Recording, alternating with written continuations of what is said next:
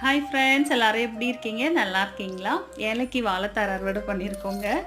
காலையில் தாங்க உரம் கொடுத்துட்டு மரத்தை பார்த்தேன். காய் நல்லா பளபளன்னு இருக்கு. எப்போ பழுக்குமோ தெரிலன்ட்டு மாடு சோவையை பிடிச்சி இழுத்துருக்கும் போல் மரம் அப்படியே உடச்சிட்டு காம்பவுண்டுக்கு வெளியே தொங்கிட்டு இருந்ததுங்க. கொஞ்சம் மிஸ் ஆகியிருந்தாலும் மாடு ஃபுல்லாக சாப்பிட்டுட்டு போயிருக்கோம். நான் ஈவினிங் மரத்துக்கு தண்ணி விடலான்னு போய் பார்க்குறேன், மரம் உடஞ்சி தொங்கிட்டு இருந்தது. அப்புறம் இமிடியேட்டாக போய் அறுவடை பண்ணிட்டு வந்துட்டேங்க. இது வந்து பார்த்திங்கன்னா 6 சீப்பு இருக்குங்க. ஒரு சீப்பில் 10 காய் இருக்குங்க. குட்டியாக அழகாக நம்ம ஃபேமிலிக்கு ஏற்ற மாதிரி இருக்குது. யாரும் சிரிக்காதீங்க, சின்னதாக இருந்தாலும் என்னதாச்சு ஆர்கானிக்காக விளைவிச்சது. நான் இலைக்காக தாங்க இந்த மரத்தை வச்சேன், ஆனால் அது அப்பப்போ எனக்கு ஒரு தார் கொடுக்குதுங்க. அப்புறம் அந்த அடிமரத்தை எடுத்துகிட்டு போய் க்ளீன் பண்ணி உள்ளே இருக்க வாழைத்தண்டு எடுத்துகிட்டு வந்துட்டேங்க. இனி ஒரு 2 நாளைக்கு வாழைத்தண்டு ஜூஸு, வாழைத்தண்டு பொரியல், கூட்டு, சட்னி எல்லாம் செய்ய வேண்டியதான்.